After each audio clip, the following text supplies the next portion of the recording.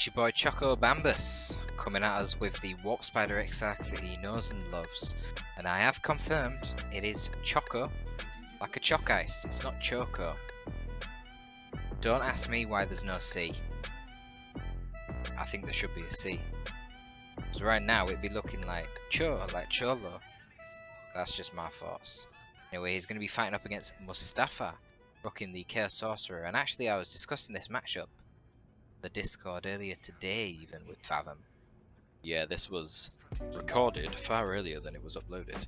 I think this matchup is one of the hardest matchups that the Warp Spider Exact has. It's really tough. That said, Mostafa has gone for triple heretics, which honestly helps out Warp Spider Exact quite a lot, I think. I think the best thing to do is to go 1 CSM, 1 tick. Noise Marines, Raptors. I think that's a really hard build for the spiders to deal with. And then obviously you got Flame Sword and Teleporting Armor on the Chaos Sorcerer as well. Don't know if this map changes things. I'm just looking, how safe are these powers really? They are quite safe. It's quite a big map. The distance from your opponent's base to your power farm is quite far, but yeah, I don't know. I think the Noise Marines can still be quite effective. I have to admit, I don't think Heretics will be particularly good on this map. I wonder if he's going to go for the pure melee spam or if he's going to go for grenade launchers. We'll have to see, I suppose. I disagree with the Chaos Sorcerer spending so much time just trying to hit the Warp Spider there. Should have been dealing with the Guardians, took a lot of free damage. But then again, Choko just a Doom Bolt to the face, which is not going to go very well for those Guardians. They promptly retreat out of there, they don't lose any models. Those Heretics got really wrecked, but now the second Heretic squad comes in. I think the Banshees should be able to handle them. Oh, easily. They've got the Aspect now, so the Banshees have got a HP buff. There's a bit of contributing fire coming in from the Warp Spider Exact. I mean, Fleet of Foot is now activated, and these Heretics might even wipe. They're going to wipe. Beautiful sync kill from the ladies there. Slice, slice. Dice, pew pew pew pew pew with a strange animation, and they run out of there. That is a lot of dead heretics right at the start. That is a really good beginning engagement for Choko Bambus. Third heretic finally makes its presence known. It's just going to go for the gem bash. A little bit of a no. Okay, I thought the heretics were going to move into the Guardians there when the Guardians moved so far forward, but apparently not. Going to see the Aspiring Champion on the Heretic, makes sense, give them a bit more durability. I don't know about this play though, just inting to destroy the power node, and yeah, he doesn't even get it, look at that. So again, just throwing away a lot of Heretic models, not great. Noise Marines do what Noise Marines do, being extremely loud, destroying that power node. We're going to see Rangers from Choko. Yeah, I mean, it makes sense. You're up against the Chaos Sorcerer. Against this kind of composition, I'm sure normally you'd see a Shuriken, but the problem is that the Sorcerer can obviously just go for his teleporting armor, make that Shuriken a bit redundant, so the Rangers is quite nice. I would probably be focusing on getting the aspects for my Guardians next, or the battle equipment. Even just for the 33% extra health, I think that would be very valuable. Noise Marine's contributing a lot of damage here, but really only as much damage as the double Guardians is contributing onto those Heretics, who actually would have been wiped were it not from the cacophony there from the Noise Marines saving them and securing them a nice retreat. But the whole time, of course, the Noise Marines were getting pew-pewed by the Eldar ranged forces, so the Noise Marines themselves have to retreat from that situation. And honestly, this opening so far, looking pretty damn good for Choko. Dominating map control right now, could do with taking over this wreck point. It has now fully matured for Mostafa. And looks like Choko's moving in for a bit of a gen bash. I don't know how successful he's going to be. No. Okay, here we go. Sigil of the Rift. I was going to say no teleporting armor yet. No, I'm not going to have that one. We've got Sigil attempting to get into the retreat path of the Guardians here, but here comes the battle equipment for both of them. So now they can fleet of foot away from the situation. Banshees want to get out of here. For some reason they're very low on HP. I don't know how they even got so low on HP. Must have been from a previous engagement and they didn't even have the opportunity to fully heal up. Where's the Noise Marines? Still chilling in base. It's always spooky when you're playing against Noise Marines from a Chaos Sorcerer, because you just never know where they're going to be. You know, they can teleport them around with the Sigil of the Rift, they can teleport them with the Warp Global.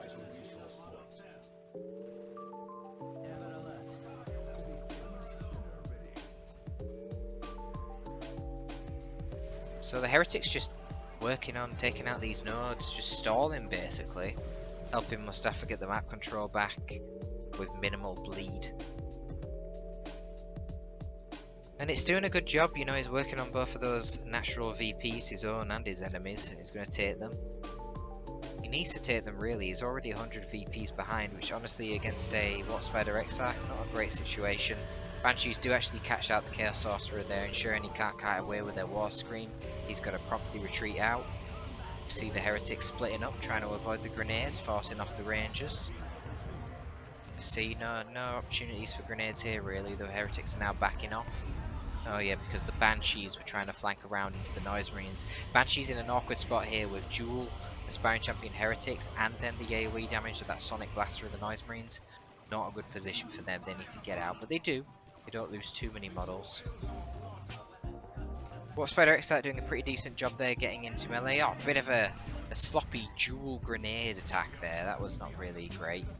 And the Heretics are going to turn around and try and force off that Warp Spider Exarch so the Noise Marines can deal with the Guardians, but there's a bit too much overwhelming fire support here. Rangers are on the field, take out one of the Noise Marine models, but okay. Next Heretic squad does arrive.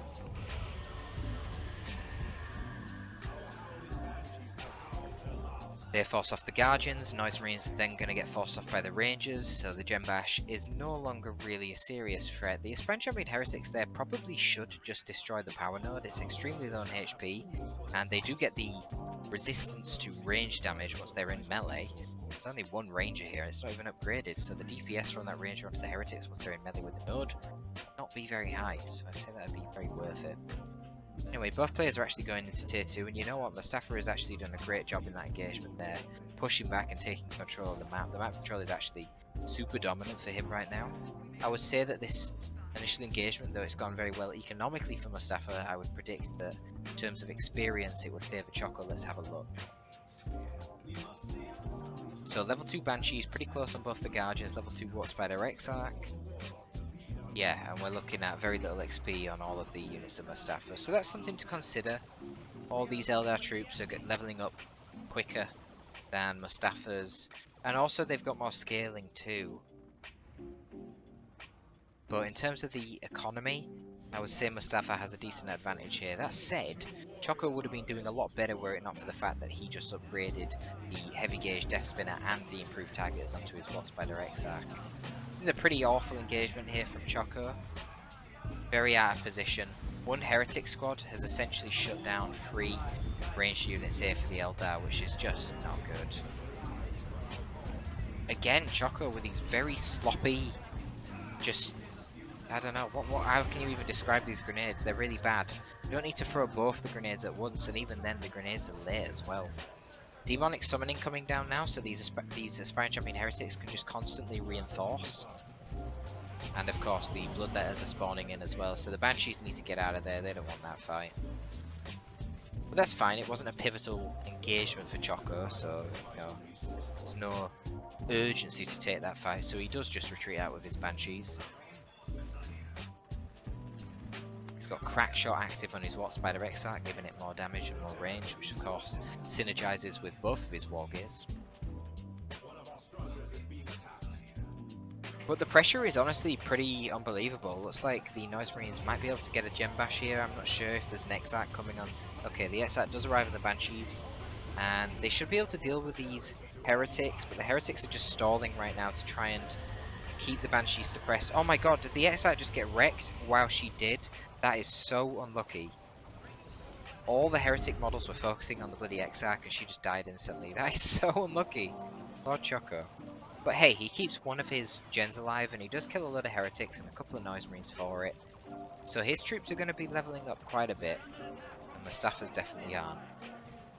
Get a little bit of XP for destroying gens, but not that much. Not as much as Choko would have got from all the Heretics he killed.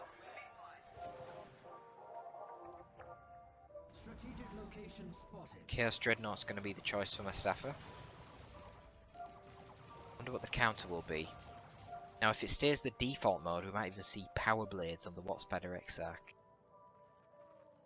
So that is a ranged variant Dreadnought, though it should be noted the Chaos Dreadnought by default does actually have 20% melee resist, so half of the usual melee resist. You know, that definitely adds up, and you'll see if he gets those Power Blades. Won't be super effective against that default Dreadnought, but it'll be something. Oh, I tell you what will be really effective against that default Dreadnought, a Wraith Lord, and that's what Choko's getting. But it's not going to be on the field for a bit, so the Dreadnought's completely uncontested right now. We might see Wraith Lord plus Fire Dragons, that could be quite good. I like Fire Dragons with the Warp Spider Exarch. Crackshot on Fire Dragons is amazing.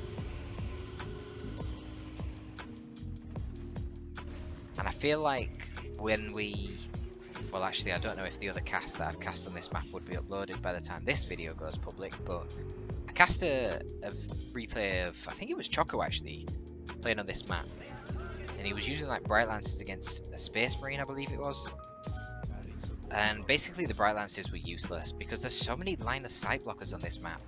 So that's why I'm thinking maybe we'll see Fire Dragons instead as a bit of follow-up AV.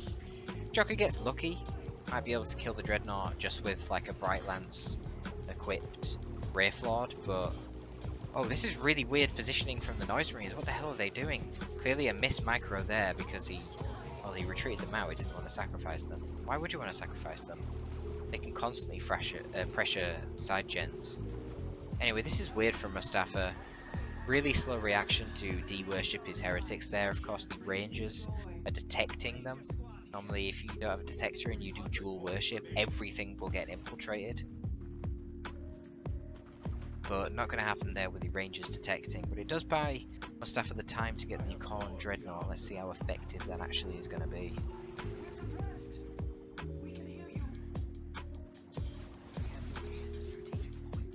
Yep, we're going to see Fire Dragons.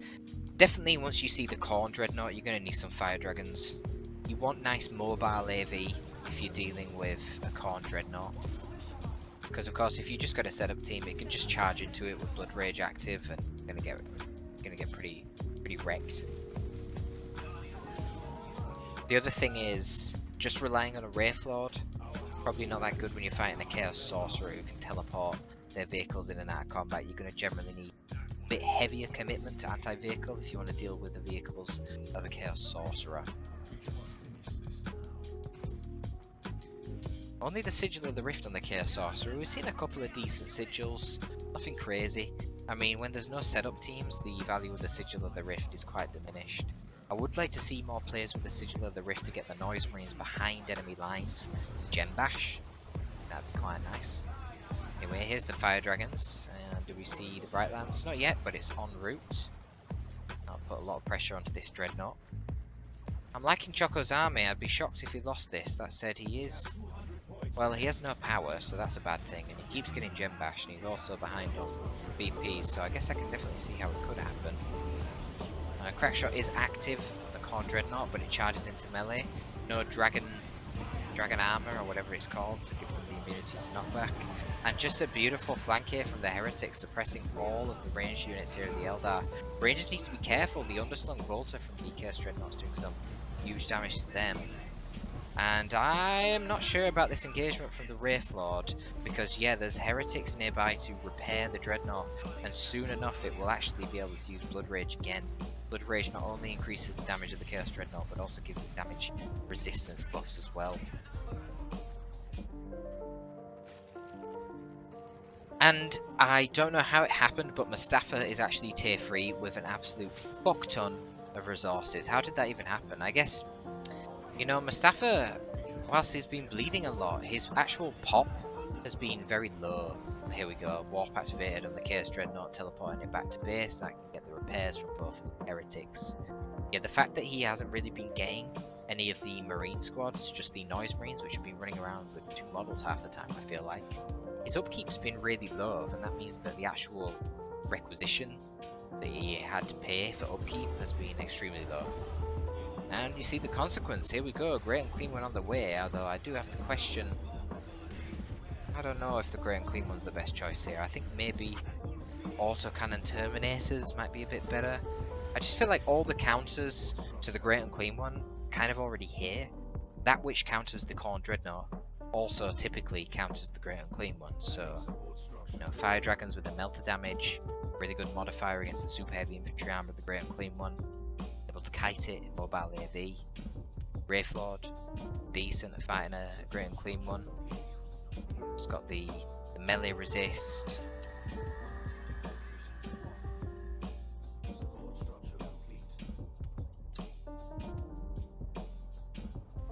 But we'll see how it does. Either way, Mostafa's got a clear advantage right now because he's up in the VPs, he's up in tech, and he's actually got quite a life, tall build. So his economy is pretty decent, not a lot of upkeep to pay here.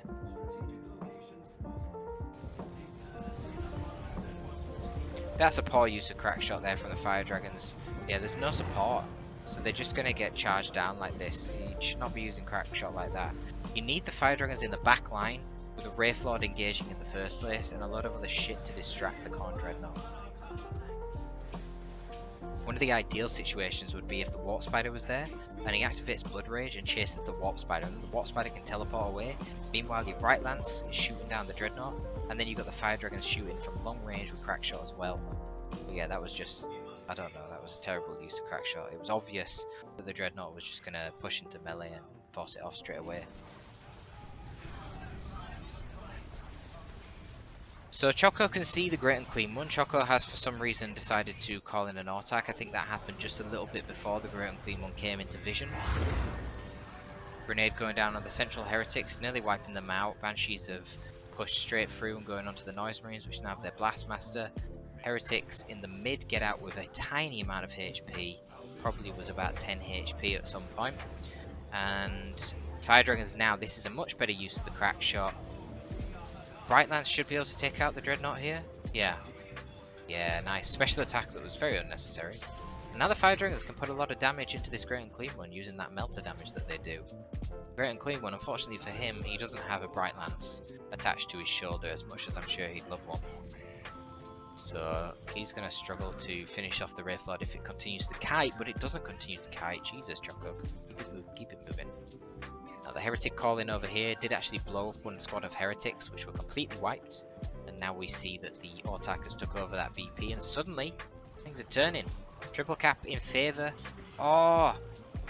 Mostafa misses the... Oh, that must have been a special attack.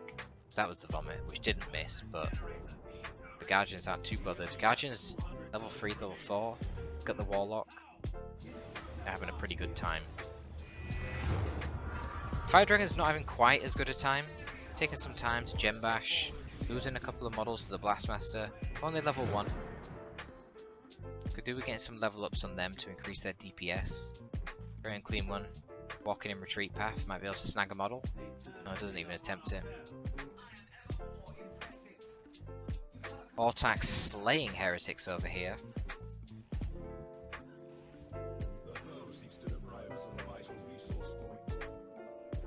It's a tough one, man, because yes, you win and you get your VP back, but you are feeding so much XP to those Eldar units. And of course the Autarch doesn't bleed. Dark Reapers now. Interesting. You know, watching a few of Choko's games, I often see that he overcommits to the tier 2 ranged units somehow. Not that I think the Dark Reapers necessarily is a bad choice in this instance, I don't think it is, because the VPs are very low.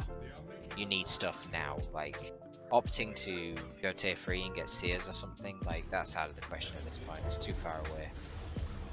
Vomit coming down on the Dragons, why do they not have their armor upgrade? And they didn't need to retreat out there, there's no follow-up, they could have easily stayed in and kept shooting that Guo. Where is the follow-up? You know that Mostafa doesn't have any Bloodletters or Raptors to jump your Fire Dragons. What's the threat? The Guo is so slow. I don't agree with retreating the Fire Dragons there.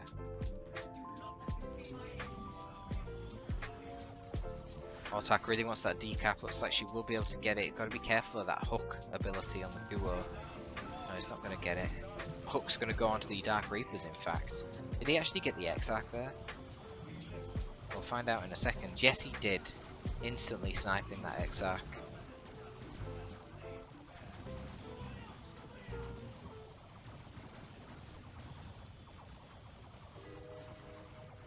Yeah, I don't know about this Guo, man. The Wraithlord's hacking away so well at it. Well, at least there's a Predator coming out now. That will do something against the Wraithlord.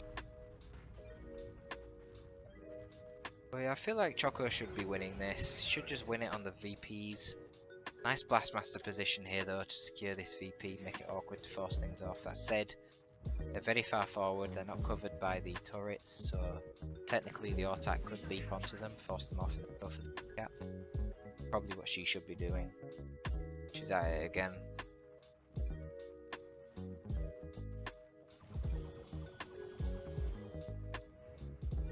Maybe Terminator's next on Mostafa? We'll have to see. Oh, Blastmaster's overshooting. Is there elevation here? Oh, they are. They're stood on a hill. So they're gonna overshoot. That's awkward. Bloody hell, Swift. Why did you have to make that a hill?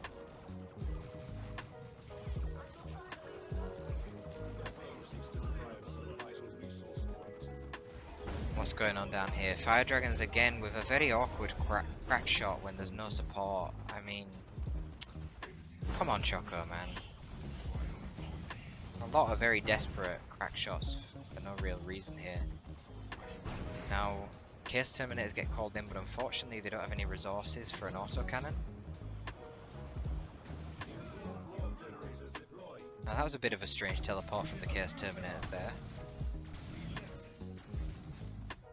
Yeah, taking a little bit of chip from the Dark Reapers, but when they get into melee with their Power Fist, the Dark Reapers don't want anything to do with that.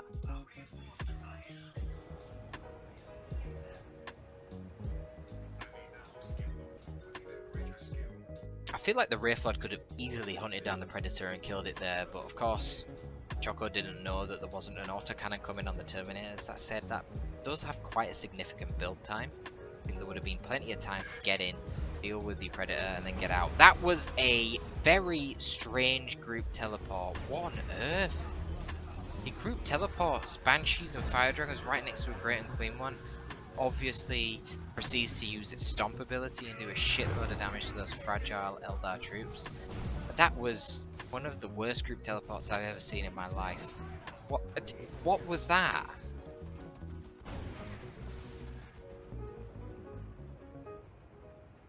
Very bizarre.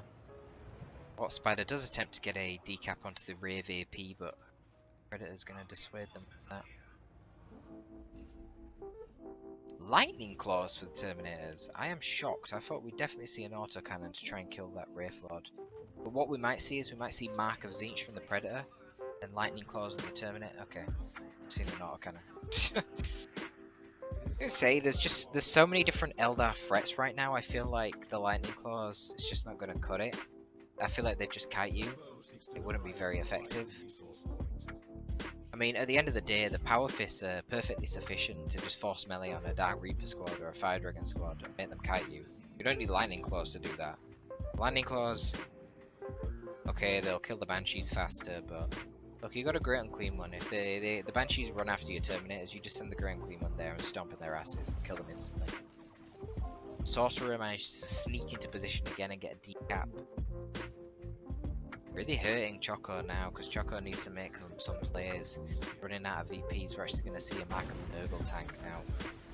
Not only does that give them the melee resist and the HP regen and the increased max HP, but it gives them damage over time to their bolters, which makes them a lot more effective at taking out enemy heroes and light infantry.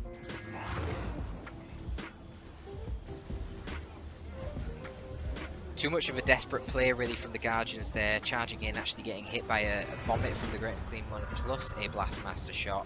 Oh my god, the combos, and then the level 3 Howling Banshees getting hit by a stomp from the Great and Clean one into a Blastmaster shot, but the Great and Clean one is taking quite a huge amount of damage.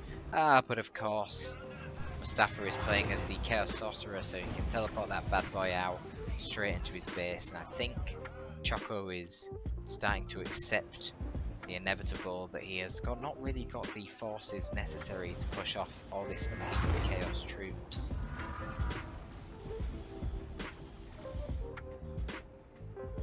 so he's probably just going to be whistled down the VP game. Blastmasters are actually doing beautifully right here in this mid position. No hope at all for Choko to cap while this thing's firing.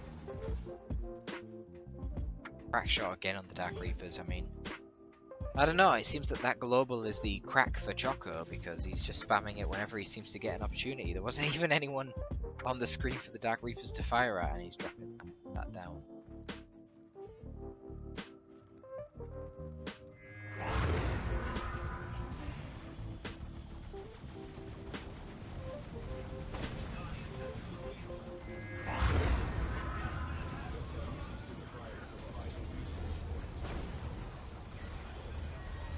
Okay, well, this looks like a decent engagement actually. Banshee's gonna be able to force off the Noise Marines, if not wipe them. Where do the Terminators go? Where do they go? Why are they over here? I'm a bit confused as to why the Terminators just bailed there.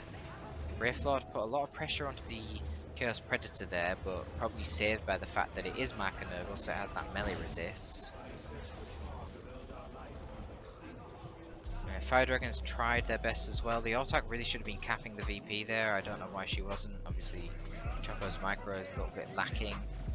What Spider could probably do with being over here and helping out the Dark Reapers. Tying these guys up in melee is nice. Of course, they do have fire on the move, but that's good. They have enough time to wipe out the... well, to secure the full cap. But yeah, the Water Spider Exarch really should have been contributing here, and I really don't think the Autark needs to retreat so soon as well. Level 4 Howling Banshees, but they're not full strength. In fact, there's only 3 of their poor ladies. They're going to 3v3 some Chaos Terminators, apparently. Yeah, that's not going to work. Tell you what, this Wraithlord has been an absolute pain in the ass for Mostafa. Potentially now going to get some rear armor hits on this Chaos Predator, and that should be the end of it. Whether he resists or not. If he can swing, come on Wraithlord. Oh my god, Wraithlord, what are you doing? Wow. The melee resist is real, but there you go, the right lance actually ends up taking it out. So I'm going to take a 1v1 engagement against the Great and Clean One right now, and wow, look at the Terminators melting now! Fire Dragons and Dark Reapers with Crack Shot, finally a good use of Crack Shot. And a Sigil of the Rift into a Vomit, a nice play attempt from Mostafa, but unfortunately only catches the Autark, not the main Eldar ranged blob. And right now that Wraithlord's getting its passive regen, which is actually quite high because it's level 3. Of course, it has been repaired at the moment by the Guardians as well. Dark Reapers for once stay on the field, so now they can turn around and start pew-pewing down that Great and Clean One. But the Chaos Sorcerer is on the cap. Finally seeing some Webber gates, which is nice. A lot of requisition income for Choko.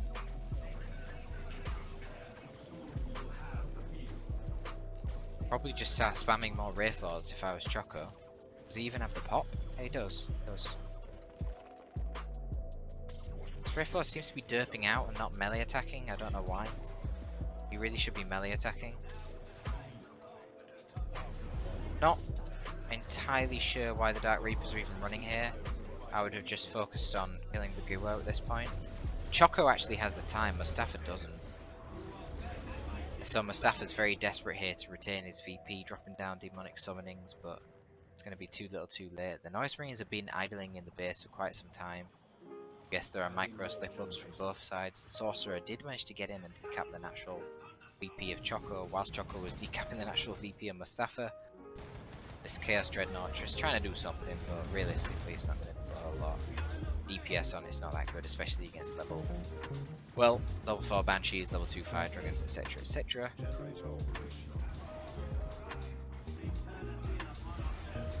A decent Vomit hitting the Fire Dragon Exarch, but yeah, it's not enough really.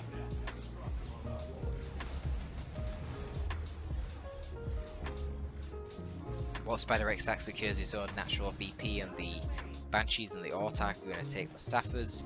I am not seeing any infantry to deal with this. I think Mostafa is completely master, which is a bit of a mistake.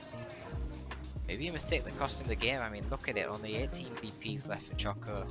But yeah, there's no time now for Mostafa to cap his VP. Remember guys, you need 7 seconds if there's a 2-to-1 cap in order for you to be able to get the decap and stop the victory point lead. And Mostafa didn't have it, so there you go. The game goes to Choko in the end. That was a very back and forth game. One of those classic, I'm playing Chaos, I'm going to take to a Great and Clean one and throw the game kind of games.